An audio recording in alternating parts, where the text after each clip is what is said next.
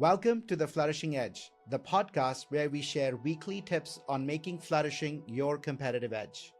I'm Ashish Kothari, your host, and each week we'll dive deep with flourishing experts, change makers, and executives to share best practices that can help you unlock higher performance through science-based interventions.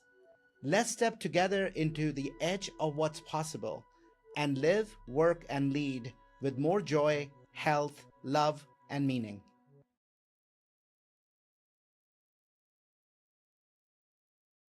Companies, when hiring, look at where you went to school, degrees you earned, where you worked to shortlist candidates to interview.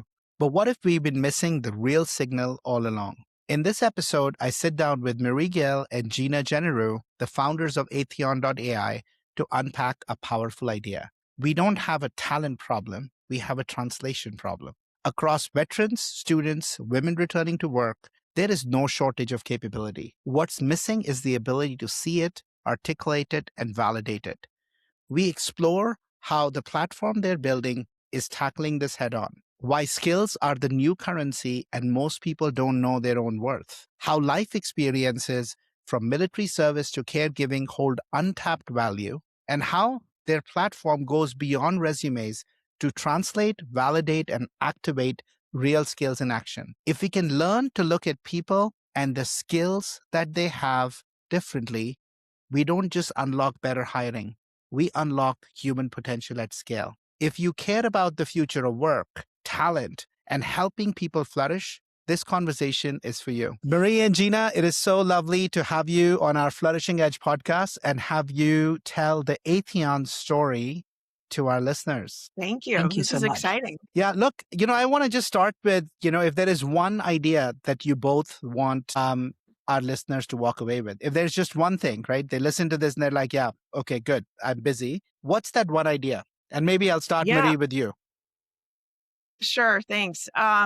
I think right now in this crazy world we're in, a lot of people are really struggling with who they are. And, so many people have been affected by job loss or, transitions in their workplace. And so what they used to know and what they used to feel very comfortable with, it's changing. And the world around them is moving very, very fast. And I think a lot of people are finding themselves disconnected in some way. But what we're thinking is kind of the big challenge and the big opportunity is that if people can lean into themselves and lean into who they are and seek value for all those things that they've done in their life, that there's a way forward. And so we believe that people in transition need translation, and we're really excited about helping to translate all the crunchy things that make us human beings into this currency of skills, because skills will be the way we value each other and ourselves moving forward. Yeah. So this notion of, what that you've said so many times to me, it's not that we are lacking potential, we are lacking translation. We're not able to articulate what we know and what we bring into the words of the employer who would find tremendous value, right? Whether you're working at that workplace or not. Yeah, and it's Exactly. not just employers. I think it's just, accounting for ourselves. So often we've been asked to not talk about who we are. We don't put things on the resume. We don't put things into LinkedIn, but these are things that are often very defining and very meaningful for each of us. And, there's socially, we've been told, don't talk about your kids in the professional experience. Don't talk about your hobbies or things that you find joy in, or things that make you who you uniquely are.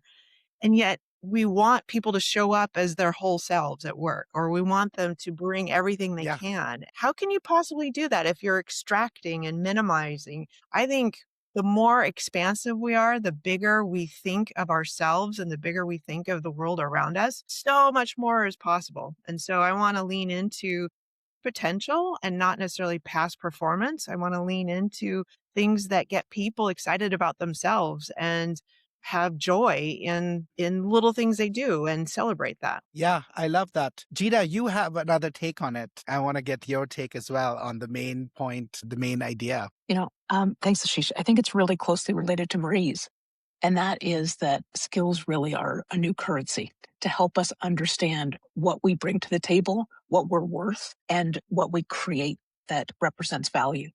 And unfortunately, most people don't know what they're worth, but we can change that together. We have the power to change that. And I think, it's about the strengths that people bring from every aspect of their life. Every experience creates new knowledge, new skills, Yeah. and new perspectives. And as Marie was saying, so many of us have been taught to really narrow the aperture and only say the things that appear to be relevant to specific jobs that we've done. Yeah. But if we look at all of the richness that we've developed in every aspect of our lives, the skills that we gain through volunteer experiences, through school, through different types of work, all of that matters. And it enables us to show up today with this rich tapestry that's different from everybody else's. So as skills become the new currency, let's really understand what we're worth and let's help others do the same. Well, I think you brought it to life in an example that you've shared with me, and I would love for you to share that with our listeners. You shared two examples, so maybe Marie, I'll have you share the first one of the veteran, Mm, right, and yeah. how this translation made all the difference. And then Gina, I have a second example to ask you, but maybe share that one, Marie, of the veteran. I think it's so Yeah. powerful. Thank you. I think it's super interesting. I think all of us have some relative or friend that has served in military or been married or part of a family that has included military. And it's painful to see people not able to move forward in their life because of this thing that was supposed to be so valuable. And what we're seeing is that it's not for a lack of talent, but we're operating in a talent marketplace that doesn't see people who they are. And so every year, 200,000 US military veterans transition out of service. And yet we're seeing large percentages of them, over 54% of them will be underemployed or unemployed for the first 2 years after leaving service. And, the challenge with that is it's not for a lack of talent or they were skilled. They developed things that they can do. They can move forward in really creative ways, but yet our world doesn't see them. And, when someone comes out and says, I was a jump master in the Army, and they put that on the job application, and someone says, I have no idea what a jump master is. I don't even know where to put you or to think about you. And unfortunately, that's tough, that a lot of people don't have the language, they don't have the definitions, they don't have the ways to move forward. And so we're helping people through our skills summary to find who they are, have the rich language, describe the experiences that they had, and to be able to articulate that power. And so a jump master has the incredible ability to convey strength and calm under pressure, and to gain, someone's trust and well-being, and yet convince them to jump out of the airplane. We're flying, and just go jump out of the airplane. Well, all the skills that are associated with that person are very much in desire of an employer. And so how do we take those skills, those experiences, and translate them into a way that you can put that on the job description and put that into the job application? And so, yeah, it's not for a lack of talent, and it's certainly not because they're unqualified. These people need help to be able to translate, what did I used to do in that world, and be able to get opportunities in this new. Yeah, it's so powerful. I see the same. I serve quite a number of organizations in the US Olympic movement. Mm, US ski, US gymnastics. I've had a chance to serve US track and field, the US OPC. And you see this problem right there too, right? I mean, if you think about what it takes to become an Olympian, that's the right. the strength, the determination, the discipline, the ability to kind of keep adapting and resilience, it's incredible, right? Like Olympians are a unique special breed. And yet, most Olympians, the few like Michaela Schifrin and Lindsey Vonn and Simone Biles, I think that's like not even the tip of the iceberg. It's literally the tip of the iceberg. But the majority of Olympians struggle post their, kind of really unbelievable performances to get a $36,000, $40,000 job. And I think you're Mhm. seeing the same translation issue there. of, Absolutely. they themselves not recognizing, oh my God, what do you bring? But also employers, oftentimes, it just gets lost to say, if somebody could will themselves and through discipline get to this truly Yeah. like peak of performance when it comes to humans, if they could apply that towards helping you win with customers or operations, Yeah. it's I mean, every one of those should get picked up right away, right? Exactly. No, Such a And great that's point. not the true. reality. Yeah, it's true. And, I think so many people are, we've seen it with young people too, who are captains of the football team, or they spent 4 years of college, working a part-time job at McDonald's, being part of the drama club and getting a 4.0. And yet all that they can come out and say is, I got a degree in English from this school. It's like, why are we doing that to people? There is another place where this gets so often and it hurts us, right? And it is for women who sometimes have gaps Mm. because they step back to take care of to raise a child or to take care of a parent or a loved one. And I think there's a powerful story that you've shared with me, right, around a military spouse who had gaps. And maybe, Gina, I'll have you tell a little bit of that story to our listeners, because I think this is, again, a very, very real challenge when somebody is doing something a bit different.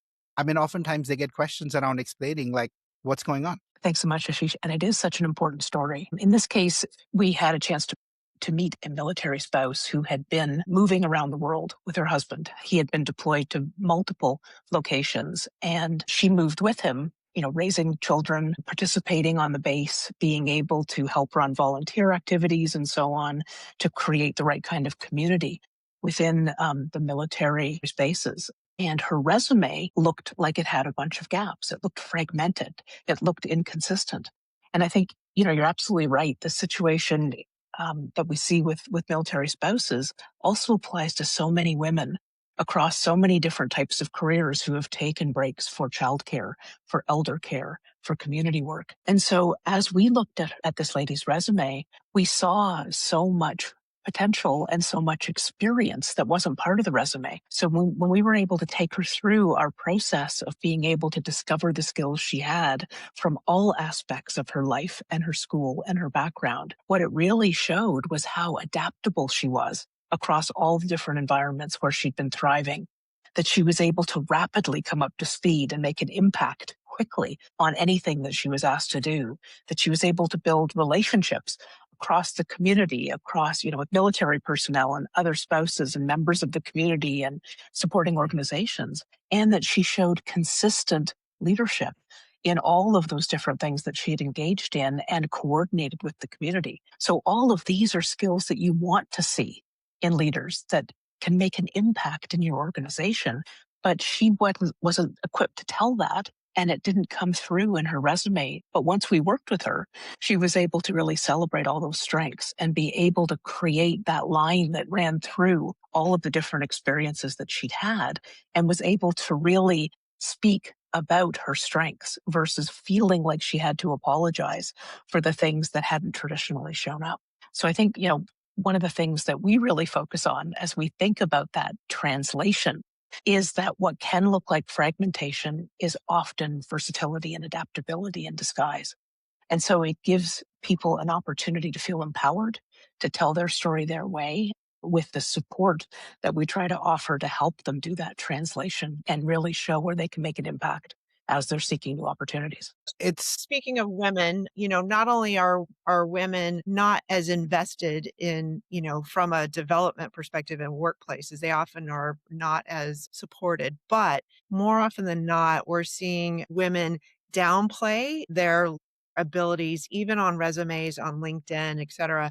So last fall, we had a cohort group where we were asking people to get their skills summarized and found that a lot of women, by the nature of the words and choices they made on their CVs and in their LinkedIn profile, they were minimizing and diminishing their actual value. So culturally, we tend to expect women to fit and look like a certain way.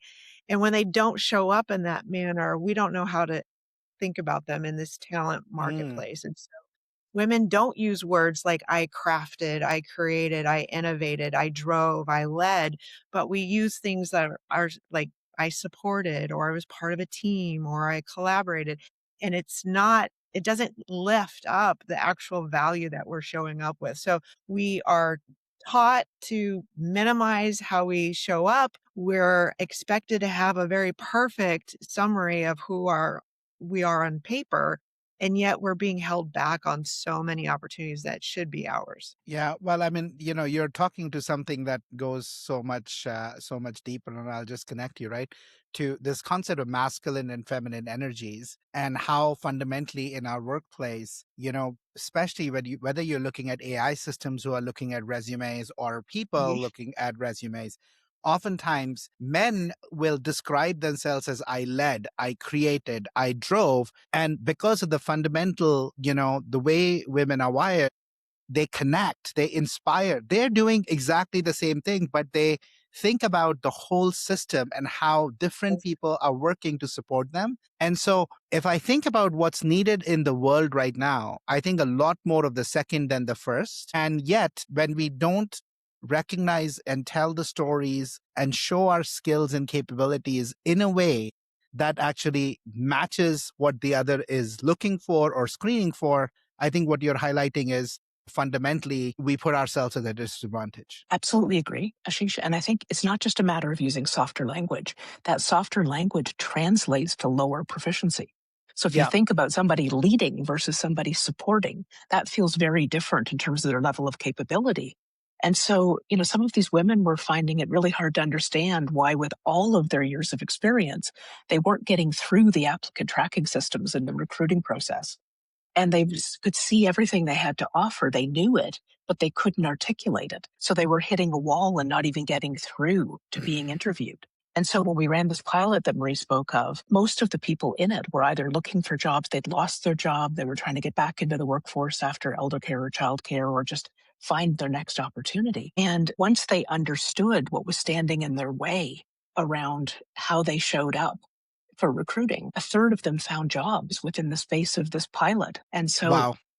that's incredibly exciting and rewarding. And it shows that if you think differently about what you have to offer, you can show up differently and open different doors. Yeah, which gets me beautifully, I think, Gina and Marie, to this question of I want to get into a little bit of the details behind the company that you're creating, Atheon, and take us a little bit under the hood of the system, what you're creating on a very practical level. How are you helping, veterans, women, and students truly translate and bring to life their true capabilities and the skills they bring in a way that puts them, and helps them be successful? So take us through a little bit of the magic in what you're Yeah. trying to build.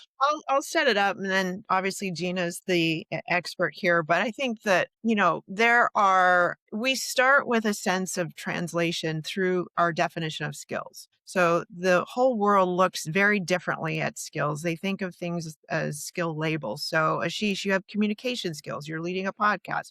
We can see that you have communication. But, if I didn't have this as context and you just put Ashish has communication skills, I wouldn't know, are those strong skills? Are those weak skills? Are they growing? Are they helping other skills that you have be different or better?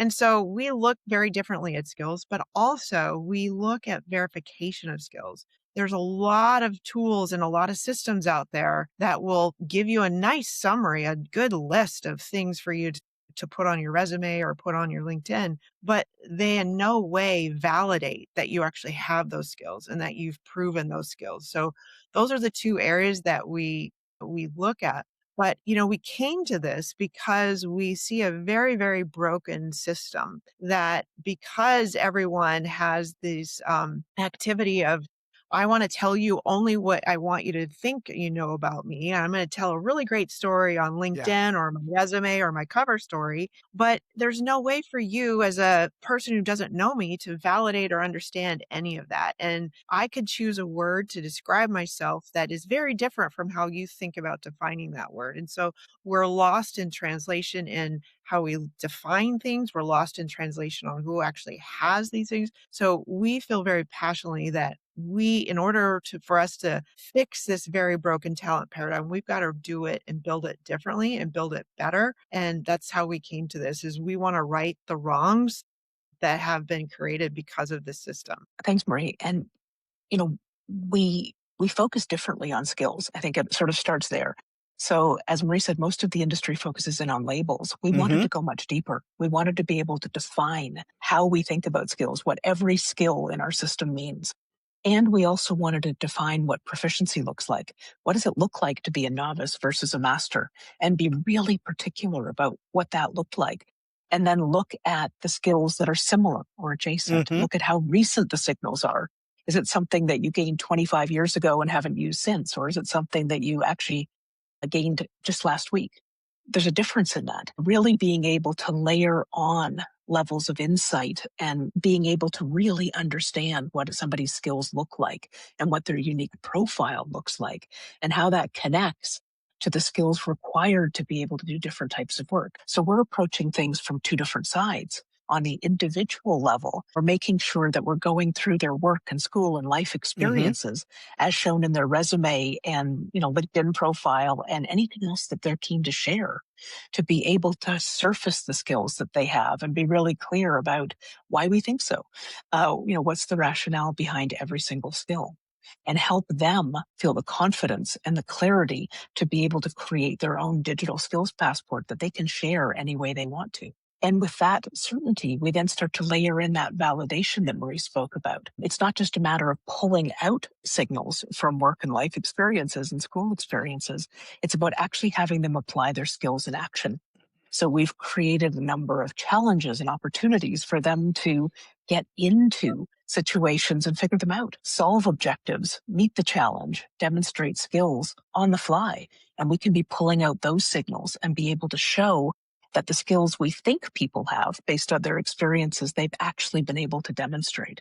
And so we can do, instead of traditional assessments and tests, we can actually create real life scenarios where people are having to apply their skills. So by translating and then validating, we can help people activate the skills they have and start helping them see the career opportunities that might be a great fit for them based on their skills, and the jobs that might be a great fit because of the skills that are really required to be able to do the work in different types of situations. Yeah, I mean, I love that, right? So you're talking on both ends, and I think it's so relatable. Number one, let's help you translate and highlight the skills that you might not realize you actually already have. So I think that's Mhm. beautiful. But you're basically going one step further and saying, not only do we first translate and have you put it out there, but I'm going to give you a fidelity, right, from 1 to 5. Like, are you an expert at this or are you a novice? Across all of these different elements of when did you use it last? What is your level of proficiency and complexity at which at you've led this work? And so now all of a sudden, not only are you putting it, but now you have some level of validation so that when an employer looks at it, they know a level 3 versus a level 1. Mhm. And you can look to get ahead, right? Exactly. And get through the Yep. noise, so to say, of the systems right now Yeah, that get in the way. and to, think about it not only just from the individual's perspective. So we believe that everyone in the world should have the ability to get their skills summarized, to create a digital passport for themselves, and to join a digital campus community where they can find a rich, diverse group of people and thought leaders and content and certification. It's not enough to just start that process. So we're taking on building the two-sided marketplace. We're actually inviting employers, institutions, organizations to translate Hmm. the talent that they need. And so we're taking their job descriptions where, Ashish, you know very well, these companies have been cutting and pasting the same job description for decades, and they just tweak it as they move forward. Well, the work that we were hiring for 1 year ago, 5 years ago, 10 years ago, no longer exists. And so we have to do more than just, put a little cleanup on these job descriptions. They have to be translated too. So as we're defining for human beings, what are the skills you have and what is the proficiency level, we're taking that job description and saying, what is the skill that you need and what proficiency level? And guess what happens when you do that? Now the Rosetta Stone becomes unlocked because you have people who say, I have 11.3 proficiency in these skills. And guess what? You're hiring for a level 3 proficiency in this skill. I'm a good match. You can find me. And so we can make those connections happen. So if I think about your solution and what you are basically building, right? There is translation, there is validation, but then what you're also truly creating is you're helping employers get onto the platform. So one, they can post jobs, but also help them translate and frankly, update those job descriptions in a way that are more relatable to what's needed now, and Yeah. then be able to find that match and that talent. And we actually go a step further, Ashish. We look at what are the trends right now, over the next few years, actually, on the landscape. What are we seeing fundamentally changing in work and tasks and skills?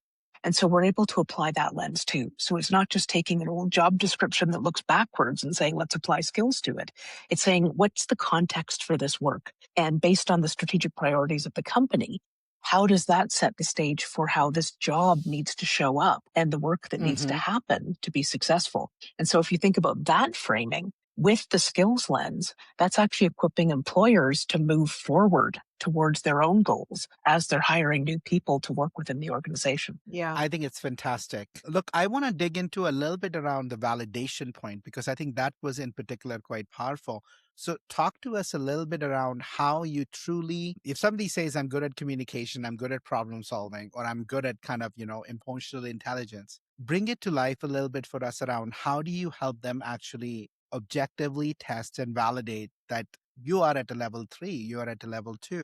So there's a few ways we do it. One of the ones that we are most jazzed about right now is something we call skills quests. So we have a library of dozens and dozens of different challenges that people can go into and be able to test their knowledge, test their skills in action. So they have a real world scenario or maybe a little bit more fantasy, depending on which scenario they pick. They read through the challenge, they immerse themselves in the situation, and they need to be able to interact with the individuals, with the situation, with the different tasks to be completed. And they have to go through a series of objectives to successfully complete the quest. But every quest has a series of skills at a specific proficiency that they need to be able to demonstrate. So whether they're typing the responses or talking to the system, they need to be able to work their way through the challenges and be able to come out the other side, demonstrating both the objectives and the skills. And we're pulling skills signals out all the way along so that we're getting a sense of which skills were they applying in action in what way, and how does that strengthen the profile in that digital passport that we talked about earlier. So every skill in that list has a way of knowing to the degree to which you applied it. And so if you think about this library of dozens and dozens of quests, then you could be completing one that's, let's say, at level 2 communication to start with. And you did a really good job. You're feeling confident about that. Maybe your next quest that you tackle is a level 3 and see how you're able to fare in that. So we're able to get richer and richer signals of skills in different combinations. And some of them actually go really deep. They're the equivalent of tested assessments, where it may take you a while to get through it. And you're pouring through, documents or real insights that would come across in a real world environment. And you have to be able to make sense of them and then be able to make recommendations in context. So we're trying to change traditional learning and traditional skills application and get away from some of the tested mechanisms to make sure people can really do these things when it counts in a real situation, in a workplace environment, and so on. We also have social learning sprints. And the reason we do that with a facilitator, a skilled facilitator, is to be able to have people apply skills in action in a community setting, being able to learn and apply their skills together. So that's another way we gain signals, because we have to be able to navigate in a small community of people who are all tackling the same scenario and be able to demonstrate how we can actually apply the skills that we learned through boot camps or came from our previous work experiences and, put the puck in the net together. And so we try to create these opportunities where we're not guessing, we're actually seeing the skills in action, or being able to grab signals of the specific skill as it's being applied. I think I can see also how that kind of a program, right? Skills quests, especially if you define that unique for a company, for a role that they Mhm. might be hiring for, can actually act as a much better alternative than some AI system just looking through resumes and sorting them left and right. Because now all of a sudden you can have people who are applying take this test, which is online, see which level they are, and then really use demonstrated skills, right, as a way to kind of sort through rather than just degrees or where did you go to school or just kind of, some words that may or may not actually describe your level of proficiency in it. Absolutely. And we can actually work with companies to create custom quests. So if they're looking at a particular strategy that they're introducing or a particular challenge they're trying to tackle, we can actually tune these scenarios, create scenarios that are directly relevant and use those to validate for the company. Yeah, I think this notion of like real skills and kind of validated skills, I think can be so powerful, especially when you're looking to hire large number. I can think about, in factory worker settings where they're looking for large number, or retail or restaurants. I mean, there's so many of these places where I think there's high attrition. So people are always continuously looking for right, and for people to fill in. And I think rather than just leverage automated systems, I think this is seems like a much, much more powerful alternative. Yeah. And I think, Gina and I both spent probably way too long in corporate America. And we've lived everything that we're solving for here at Atheon is because we've lived the pain and the challenge of seeing it done either wrong to others or to ourselves. But I think, if I put my CEO hat on and I've got a company that's made up of human capital, that there are people embedded at all different levels of the organization. If I'm really optimizing my management of this company, I want to know all the power of my assets. Yeah. And I want to know what assets I have to deploy against what problems or what headwinds I might be facing. We hear every single day that AI has disrupted every single company, and everyone is out investing very quickly and very early and very significantly in bringing this new technology, this new way of operating into the company. And now they're looking at, well, wait a minute, we've invested a lot of money. We've got a lot of resources tied up in that investment. We got to cut costs somewhere. We've got to look at what can go. And wait a minute, we've invested here to optimize the human beings that we have. So let's get rid of the human beings so that we can make better use of this investment. And we all know, we're all thinking people, that to operate and roll out this AI appropriately, you've got to have people in that mix. You've got to have the people doing the work. But what they're doing is they're letting people go and they're keeping some people behind. And if you're really understanding the human capital that you have, you would have an inventory of who you need to let go and who needs to stay, and be able to optimize these investments rather than just looking at who's been here at the company longest, therefore they probably have more pay associated with their role, and we want to get rid of X% of people, so let's just cut these out, rather than saying, let's optimize for skills. Let's optimize for the assets we can deploy against problem solving, and take a pause, take a breath before you start disrupting lives and certainly creating brand ill will, or challenges to your company. So I think we're really excited about being able to bring this level of depth and breadth of data to companies. If they do nothing else, just use data to make decision making, and use the data around the skills and assets of your people to optimize your performance. Yeah. Well, I think you're hitting on something, Marie, that is personal. I think I'm actually I'm quite sad at kind of the movement that yet again businesses are making. I think from my perspective, I mean, look, you operate in this space. I think there are three mistakes most companies are making who are actually even thinking about AI as a way to get efficiencies and to fire people. Right. I think the first one in my mind, here's the three big things that I think they're forgetting.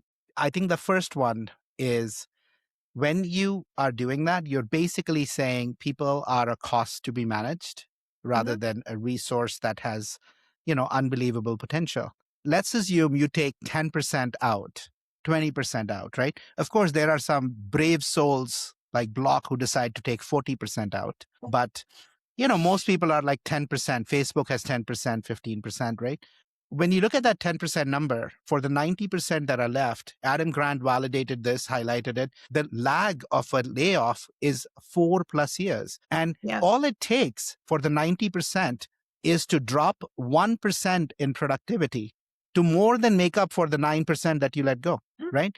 Anybody who's listening, that's all it takes, 1% drop. And I think usually it is 10, 15, 20% drop. And so when you're looking at that level, less, you lost, you gained 10% productivity, you lost 20% from the people who are left. So net, you're worse off. And I think that's the first mistake that many companies are making. I think the second one is implicitly, right, go back to companies back in the day that gave dividends versus not. When you're letting people go, you're implicitly signaling one way or the other against investor pressure that you have limited growth potential.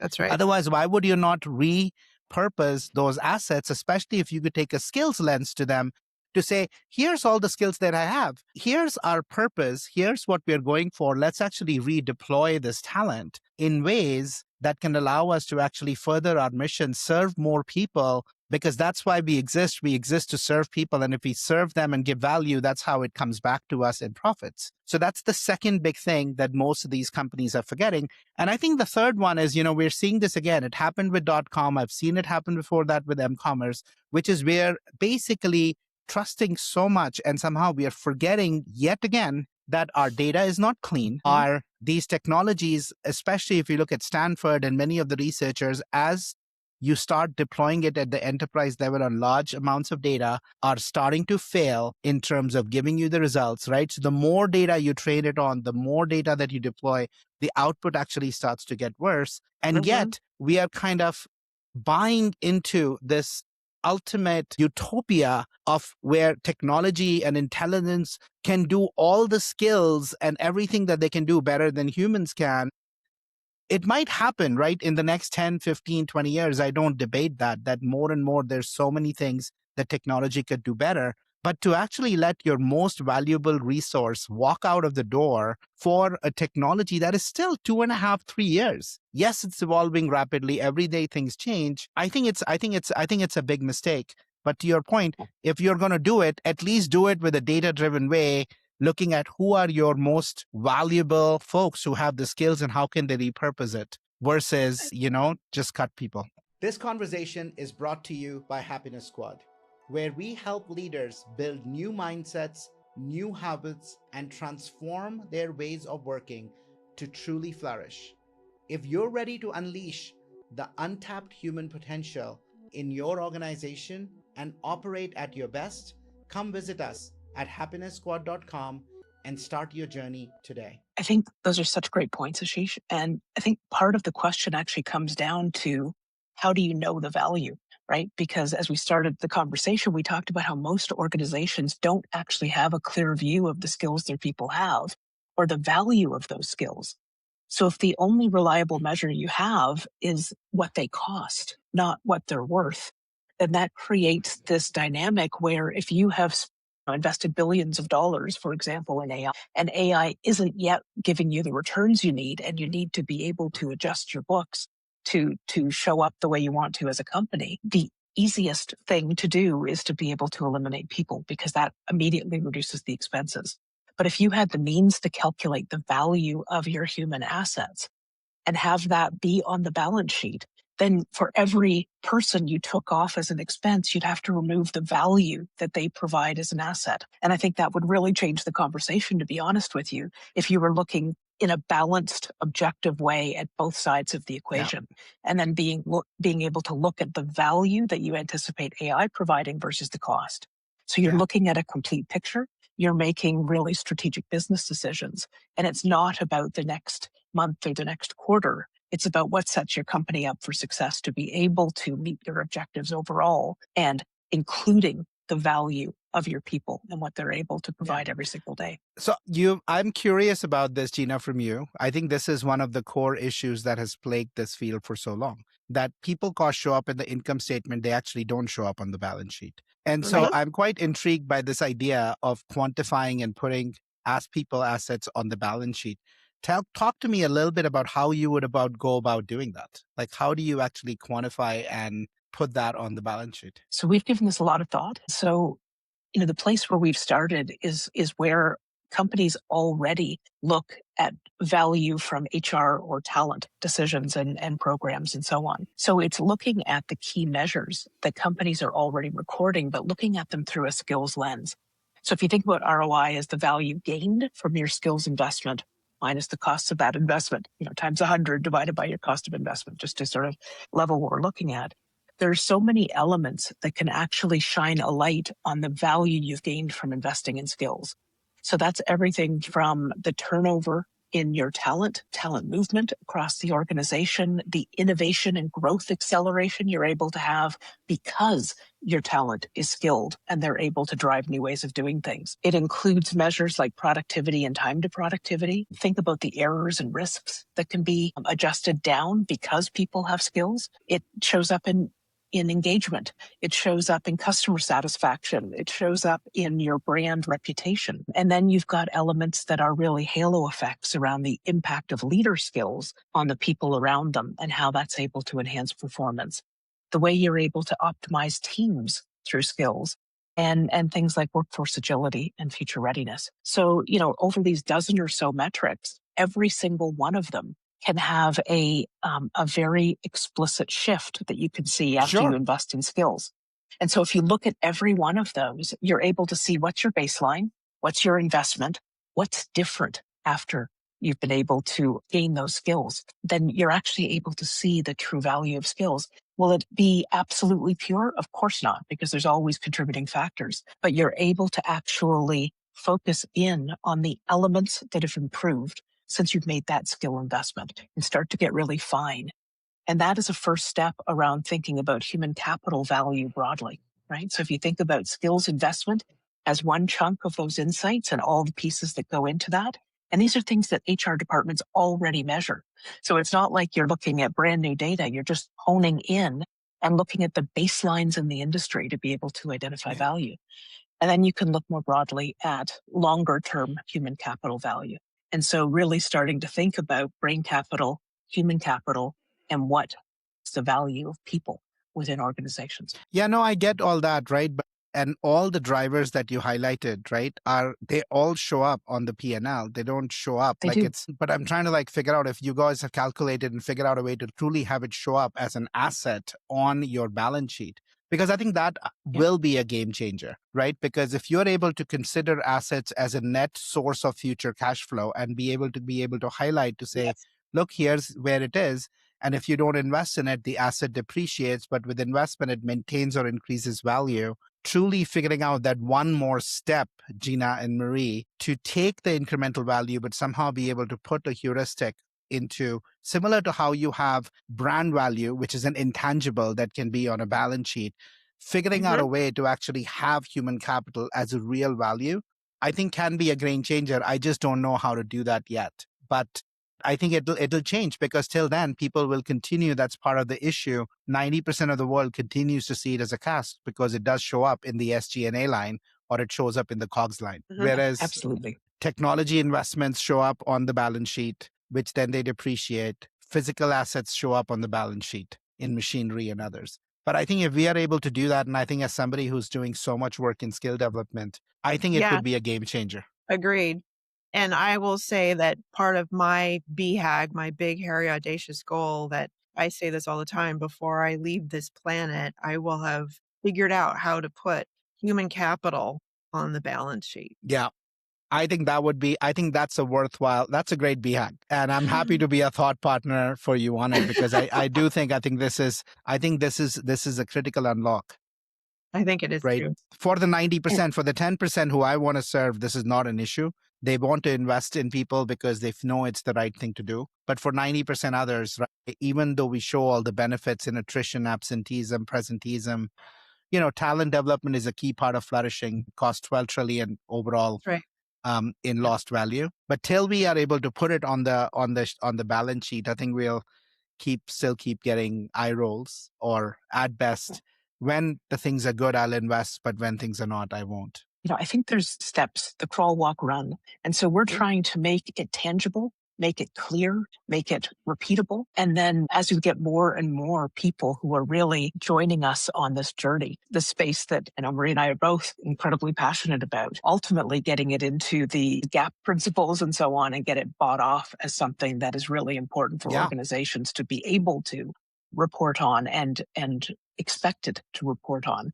I think that's something that we're excited to get to. That's a little ways down the road, but at least we're starting at the tangible and the crisp and the clear elements that can be pulled forward as a really important starting point. And, it's very similar to how you're thinking about flourishing too, Ashish. I think we have to stop putting people and ideas that don't deserve to be on pedestals on those pedestals. I think we need to start celebrating and recognizing the things that we do value and that we do recognize as contributing to human well-being. And I think there are companies and there are people and there are organizations that do believe in this, and we have to start figuring out how to sing their praises, how to put them on that Yeah. pedestal. And we will get there. We will get there. Yeah, for sure you will. So look, I want to hit on one more topic before we close. And this is the biggest hit with this whole AI movement has been to entry-level jobs, right? If I look at students who are graduating, 30% of those jobs are being displaced, are gone already. This is also coming for tech, which if you're further along, but for sure, if you think about those students graduating, talk to me a little bit to our listeners who they might have kids who are in college, or they're students who are listening to this. What are some things that they can do with AETHEON that allows them to kind of demonstrate and kind of get a leg up in a world where there is even a much smaller set of jobs that are available? How would they use AETHEON to kind of stand out from the crowd? Well, I think like anything, like anyone, we all need our skills translated. We need our life experiences captured and promoted in a way that helps us share the story of skills and proficiency. Recognize, and I think the world is starting to see that higher education and education in general is really struggling on being able to create ROI and value. The degrees that you're paying for aren't paying off, and we're Yeah. sending children into the world with an extraordinary amount of debt and challenge. I think one of the things that we're doing is we're helping students recognize that just because they babysat their little brother for 6 years, or mowed the neighbor's lawn for 2, or took the McDonald's job while they were going to school, all of that needs to be translated into skills, and we help people put that language and that narrative around that. But we're also working with higher education to translate the program requirements for graduation, the program requirements for majors and minors, and programs that they're sending students out with. It's not good enough to say you got a 4.0 or a 3.8 or a 2.4 out of these programs. You've got to be able to say, what did I bring out of there as a skill and as a tangible asset to be deployed? And so we're helping start with skill transcripts that come out of schools. And so if you graduate, not only do we help you with your life experiences, but we help you articulate the degree that you got from whatever university can now be translated into skills. And so Gina is going to be unveiling that in a couple of weeks with a new tech offer that we've got, or new product offer from our platform. Amazing. Amazing. So look, Gina, if there are 3 simple things someone can do this week, right? So they've listened to this podcast and they want to go do it. What are 3 things you would say, go do this now? So we're keen to help every single person on this call be able to discover their own skills. So come into the platform at atheon.ai, check out your Skills Explorer results, put in your resume, your LinkedIn profile, whatever you've got, and discover your skills. Put together your own digital passport and come into the campus, and we'll help you build more skills. So Skills Explorer, digital passport, campus. Beautiful. Well, I will do that right after this podcast and go check it out and build one for myself. Great. Would love to do a couple of Wonderful. rapid fire questions to both of you. So there'll be some that I'll ask one versus the other. But this is a question for both of you. Marie, starting with you first. What's a belief you've changed your mind on? That we can actually translate life experiences. So those crazy things that I always tell people I had a Forrest Gump life. And, I think that there was power and value in that. So for all those times I was coached to go deep on something and to be an expert on something, nope, come back up and see the power of being a generalist and an experiential person. Beautiful. Gina. I think the biggest thing for me is that everyone has a story to tell. Everyone has strengths, and we just need to unleash it, help them understand what is their own special sauce that they can bring into the workplace. What's a must book recommendation? Do you want me to start, Marie? The one that jumps out at me is Big Magic by Elizabeth Gilbert. It's all about believing in those big, hairy, audacious opportunities. Beautiful. Big Magic. Big Magic. Marie. Man, I'm going to have to say I'm right in the middle of reading J.D. Dillon's latest book, Frontline Enablement Playbook. So that's the one I've got all dog-eared and highlighted at this point. Amazing. Marie, what's a question leaders should ask more often? What's your story? What's been your journey? What's been the thing that excited you the most? What's the thing that most surprised you? Yeah. Beautiful. What's your story? Yeah, we are all unique. We all have a unique story, and our stories deserve to be told. Gina, what's a habit that grounds you? I think for me, it's about exploring curiosity. So it's always about, what could we do? How could we change this? What's possible? And so Marie gets the weird messages from me at 4:00 in the morning saying, hey, if we just did this, that's the thing that keeps me up at night in a good way and gets me out of bed in the morning. It's about the state of the possible. Beautiful. Here's a question for both of you. I'll start with you, Gina. What's a song that turns your frown upside down? There are so many. I'll go with an easy one, which is Happy by Pharrell, because it's just no matter what mood. It's my favorite too. Marie, what about you? Oh my gosh. Well, this weekend it was, I have to say, this is going to sound so corny and I can't believe you're asking me this and it's stuck in my head. But my kids have got me turned back on to yacht rock. For some reason, it just it was hitting the vibe. It was sunny. It was great. I just really enjoyed it. It was very fun. Love it. I will check it out. I have not heard that one. So I'm going to go check it out. It's a genre of music, yacht rock. Just yacht rock.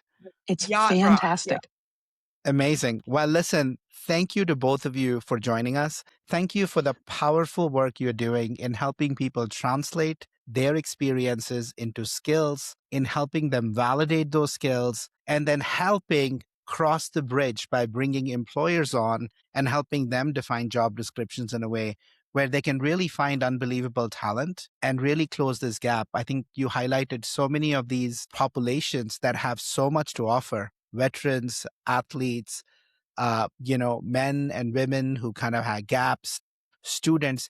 There is so much out there. And if we can just learn to see it with the right lens, which is what you all are providing, and we can develop them, I think we can change the work and we can truly make flourishing a competitive edge for individuals and for companies. So thank you both for spending the time. Thank you for what you're doing for all of us. Thank you. This is fun. Thank you. Thank you for joining me on The Flourishing Edge. If today's conversation inspired you, share it with someone who's ready to flourish too.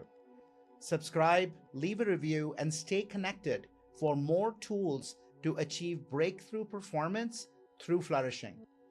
Until next time, keep learning, practicing, and growing into your fullest potential.